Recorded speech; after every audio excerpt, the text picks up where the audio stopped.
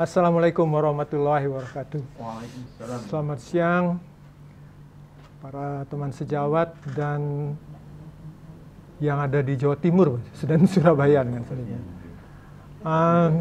Pertama-tama alhamdulillah atas kesempatan ini. Kemudian yang kedua, kita sangat prihatin sekali dengan situasi ini.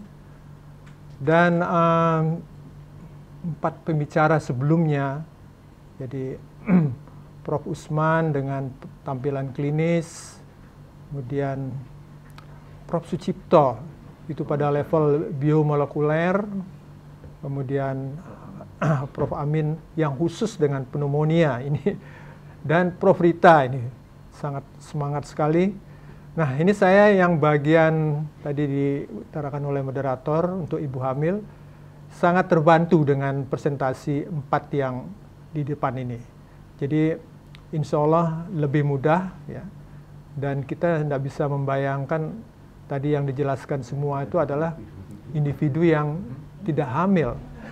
Sekarang ibu hamil secara fisikal dengan perut yang besar, ya tadi yang diutarakan salah satu misalnya bagaimana nanti kalau sampai harus dengan alat bantu nafas. 4 slide pertama saya mohon diizinkan untuk sedikit di luar kehamilan, tetapi tetap sangat terkait dengan ibu hamil, yaitu di sini membaca prediksi puncak pandemi COVID-19. Jadi saya ikuti 1 minggu terakhir ini di WA, di televisi kita, luar biasa ini menjadi sorotan. Karena mengingat ini bulan April, sudah pertengahan bulan April, kemudian menjelang bulan puasa, kemudian beberapa isu yang kita tangkap nanti saya utarakan. Tetapi saya sangat appreciate terhadap epidemiologis saat ini, karena beliau ini betul-betul futuristik, membaca ke depan apa yang akan terjadi dengan pandemi COVID-19 ini. Jadi suatu prediksi ini yang memanggil menggugah keterpanggilan saya untuk membicarakan 4 slide pertama ya, karena sekali lagi tetap ibu hamil terkait dengan hal ini. Nah, pertama kita sudah memahami Jakarta sudah mendeklar dilakukan PSBB, yaitu Jumat yang lalu pada tanggal 10 April. Ya. Dan kita masih mengikuti sampai tadi pagi, masih belum optimal. Padahal tujuannya kita semua sudah tahu bagaimana mengendalikan mobilitas orang yang sebagai sumbernya itu. Ya. Kemudian, nah, ini tadi sudah diutarakan oleh pembicara sebelumnya bahwa kita sangat tergantung dengan rapid test, kemudian PCR. Prof. Rita tadi sudah menyinggung, wah ini malah temuan ini, PCR masih bisa harus kita kritisi. Ya, masih ada yang jadi katakan seperti false itu masih ini. Ini karena memang tadi saya juga sedikit diskusi dengan Prof. Cipto mengenai si viral ini betul-betul cerdas sekali. Jadi artinya di sini apa yang kita ikuti tiap hari dari juru bicara ya, yang kita ikuti selalu tiap hari ya, itu adalah hasil tes. Jadi bukan yang sebenarnya dari frekuensi yang ada di Indonesia ya. Dan kita menyadari sekarang pemerintah sudah meningkatkan betul, malah 3 hari yang lalu Presiden kita sudah memasang target harus kalau bisa 10.000 PCR tiap hari. Waduh, ini luar biasa ini. Jadi tujuannya nanti akan saya perlihatkan pada slide. Kalau ininya tidak terungkap semua, kita tidak mengetahui berapa sebenarnya frekuensi itu. Kemudian, nah ini yang juga menjadi hot issue. Ini boleh apa enggak ini? Kita sudah paham ini luar biasa mobilitas orang. Ya. Beberapa pembicara sebelumnya, beberapa hari yang lalu kita sudah ikuti bahwa COVID-19 ini 85% asymptomatic. Wah ini dia, sampai muncul OTG, orang tanpa gejala. Jadi orang pulang badan seger tapi di dalamnya ada virus. Wah, ini satu-satunya jalan memang ya harus tinggal di rumah. Nah, kemudian keempat, ini tantangan. Prof. Rita sudah misalkan fasilitas kesehatan. Aduh, nggak habis pikir saya. Bagaimana tadi pulse oximetry dari Prof. Rita itu kita kembali lagi yang sederhana sekali, ya, tetapi ampuh. Nah, jadi dokternya harus betul-betul how to be sophisticated doctor. Nah, ini harus berpikir yang cerdas juga otaknya, bukan hanya alat saja. Nah, ini yang membuat saya lebih lagi pesimis ya. Pada gambar sebelah kiri, itulah yang mungkin kita lakukan keseharian ya. Dia tidak mengungkapkan yang sebenarnya. Tapi bila dilakukan active case finding, ini adalah pengalaman di China, kelihatan sekali besar sekali bedanya ya dengan gambar di tengah. Jadi luar biasa berapa kali lipat dia. Nah, inilah kita sedang menuju ke sana. Mudah-mudahan Allah membuka jalan, kita bisa melakukan tes ini dengan lebih banyak ya, sehingga kita lebih mengetahui berapa ininya. Ya, dan gambar kanan, nah kelihatan sekali perbedaannya itu. Kemudian yang lebih mengharukan lagi, ini saya 3 hari yang lalu saya ambil lagi dari Singapura. Tetangga kita yang negara maju ini masih melaporkan ada kasus baru. Jadi maknanya ini, waduh, tantangannya besar sekali untuk kita ini. Kita ini masih belum puncaknya, kemudian berapa yang sebenarnya. Negara tetangga sudah melakukan semua, tetapi masih ada kasus baru. Lihat di bawahnya, justru mereka bingung dengan klaster-klaster yang tidak diketahui sebelumnya. Singapura itu tidak lebih besar dari Jakarta ya. Itu yang ngurus itu aja sudah setengah mati. Nah, ini lebih mengecewakan lagi. Kami punya sahabat di Manchester, Profesor Delvac, ya. Saya confirm, ternyata betul, Cambridge Center itu sudah menemukan 3 varian. Jadi betul tadi saya ketemu Prof. Cipto, ini virus ini pintar sekali. At least dengan 3 varian. Kemudian yang nanti lebih mencengangkan, katanya beliau, ini sudah tidak bisa dibedakan dengan famili yang lain, ya, parvovirus. Jadi di sini masuk kelompoknya dengue, mungkin kita masih ingat Zika atau Ebola, sehingga tes ini bisa crossover, bisa reaksinya crossover, jadi bisa positif palsu dia. Jadi sudah dipelajari oleh Cambridge baru 2 minggu yang lalu, ternyata dari phylogenetic betul 3 varian ini. Dan inilah yang mungkin Korea Selatan menjelaskan bahwa walaupun dia Wuhan, Korea Selatan sudah mendeklar bahwa kita akan kembali, tetap berpikir ulang apakah perlu ini diperpanjang lockdown-nya. Karena yang sudah sembuh, loh, kok muncul lagi, re-emerging. Nah, demikianlah ini yang pendahuluan, sehingga ibu-ibu hamil ini ada di antara ini. Jadi, saya tidak bisa bayangkan. Baik, mungkin selanjutnya akan saya permudah. Pada ibu hamil, kita harus melakukan suatu strategi, ya.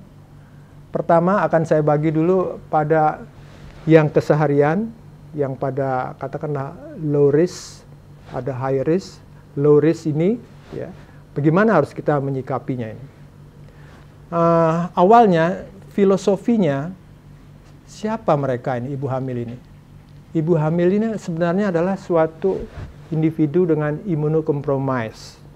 Dengan meningkatnya estrogen, kortikosteroid, itu sebenarnya cukup merugikan dari aspek imunologis, yaitu di mana T-cell yang nanti akan menghasilkan cytokine, sehingga mengaktifkan B-cell untuk menghasilkan antibodi, itu bisa terganggu.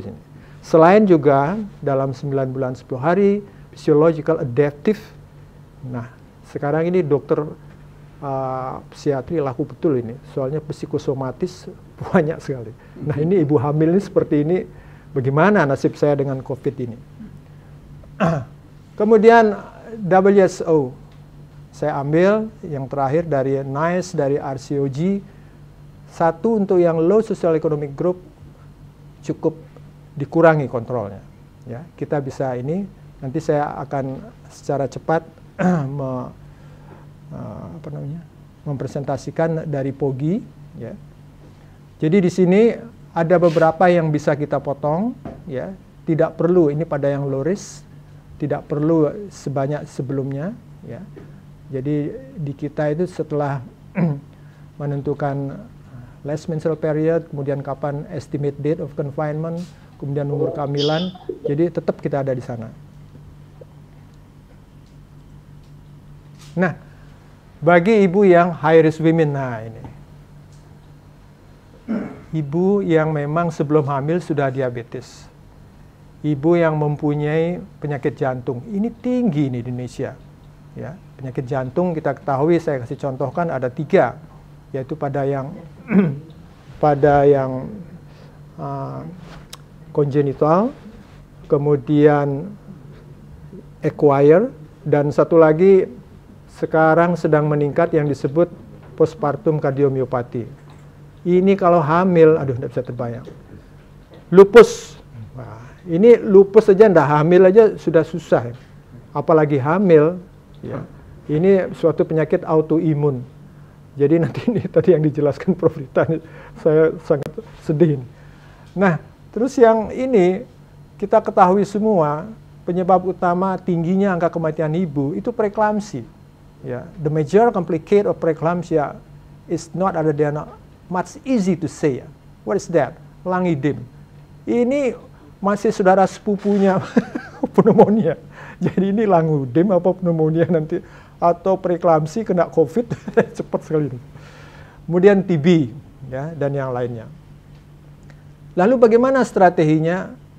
POGI sudah menyikapi ini, ya, sudah kita mengambil dari RCOG dari luar, ya. Pada prinsipnya kita lebih baik melakukan teleconsultation. Ya.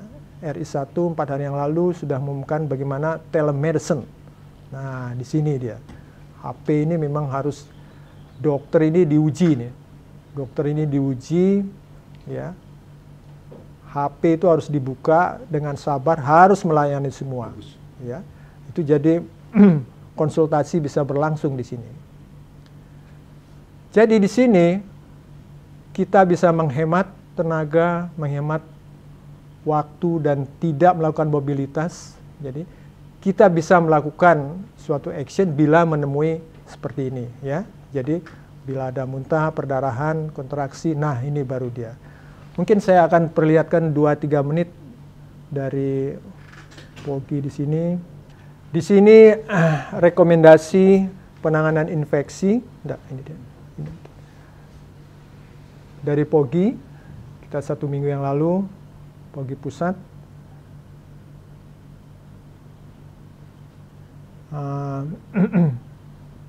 Pertama yang terpikirkan itu adalah tenaga kesehatan. Ini harus betul-betul dipikirkan untuk keselamatan kita sendiri, ya. Mungkin ini nanti mudah diperoleh, saya kira sudah di WA tersebar kemana, ya. Kemudian rekomendasi antenatal, ya. Jadi ibu yang tadi sudah dijelaskan, kalau sudah masuk PDP, ya, pasien dalam pengawasan, wah ini sudah harus betul-betul sudah mendapat perhatian yang khusus. Semua ada di sini, ya. Ya, ini pada khususnya prosedur seksio cesarea. Wah, ini luar biasa kalau sudah demikian, ya. Teman ini sudah harus dari anestesiologis, dari pulmologis, ya. Bagaimana menyelamatkan 2 ini. Jadi ini bisa membayangkan, nanti bisa dibaca di sana. Operasi elektif harus dijadwalkan yang terakhir, ya. Kemudian dilakukan pembersihan penuh ruang operasi sesuai standar. Jumlah petugas di kamar operasi itu harus seminimal mungkin, ya. Semua staf harus dilatih dalam penggunaan APD sehingga dapat tersedia 24 jam. anestesi. Nah ini, untuk wanita dengan gejala atau konfirmasi COVID-19 harus mengacu pada panduan anestesi. Ya. Jadi Prof. Rita itu sudah betul-betul sebelum diputuskan sesar, itu kita sudah harus menegaskan, tadi bagus sekali ya, tidak usah harus dengan yang clinical performance gitu maksudnya, itu sudah cukup ya, bahwa rate nafas tinggi, ya, kemudian O2 turun dengan pulse oximeter, nah, itu sudah bisa sangat menunjang. Ya, baru terus Prof. Amin dilengkapi dengan CT scan atau thorax photo, ya. Saya kira sudah sangat menunjang. Jadi kita harus putuskan. Dalam hal ini filosofinya adalah patient safety. Ya. Memang idealnya fittest as the patient, ya, itu adalah yang ideal sekali. Tapi kalau dalam keadaan emergency ini, ya, we just think only one path how to save the mother. Misalnya kalau janin masih belum cukup umur, di bawah 30 minggu, dia kira-kira ya 1,4, 1,5, tetap kita harus utamakan ibu dulu. Tapi insya Allah kalau umpamanya lebih tinggi dari itu, neonatologis siap bisa how to keep small baby. Baik, saya akan kembali ke slide sebelumnya, tolong. Pada presentasi berikutnya saya akan melanjutkan ke yang ini menjadi hot issue juga, apakah virus ini, ya, bila ibu hamil menderita, dapatkah dia diturunkan ke janinnya? Nah ini dia. Sampai sekarang ini masih perdebatan. Ya. Jadi saya ngambil dari Wang Center, ini Wang dan Chen, ini menjadi top sekarang, peneliti Cina ini. Ini seorang OBGYN tapi juga seorang sekaligus aktif sekali di laboratorium. Jadi Eka menyadari bahwa penyakit ini, ya, pada ibu hamil itu menjadi sangat rentan sekali untuk menjadi lebih berat. Tadi kita sudah utarakan bahwa ibu hamil sendiri aja sudah terjadi perubahan immunocompromised dan physiological adaptive. Nah, dari sini pertama kali diutarakan pada kasus COVID-19 bulan Februari di Wuhan dilakukan sesar, pada waktu itu umur kehamilan 30 minggu, ya. Mereka tidak menemukan bukti bahwa bisa ditransmisi vertikal.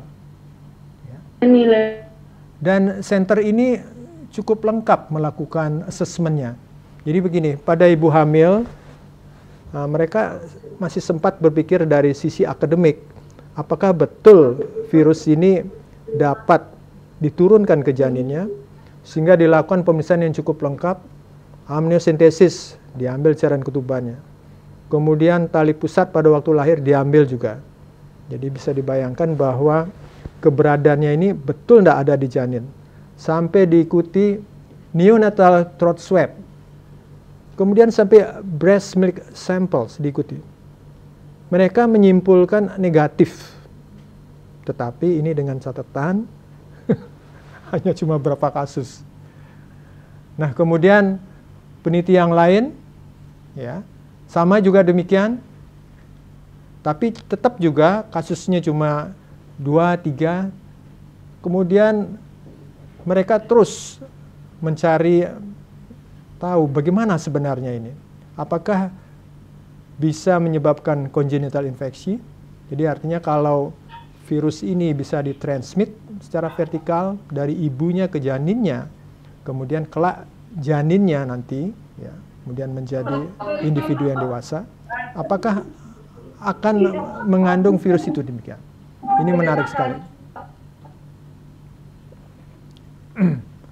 Peneliti yang lain, ya, yang bekerja sama dengan peneliti di Cina, juga tidak memperoleh data-data mengenai ini. Ya.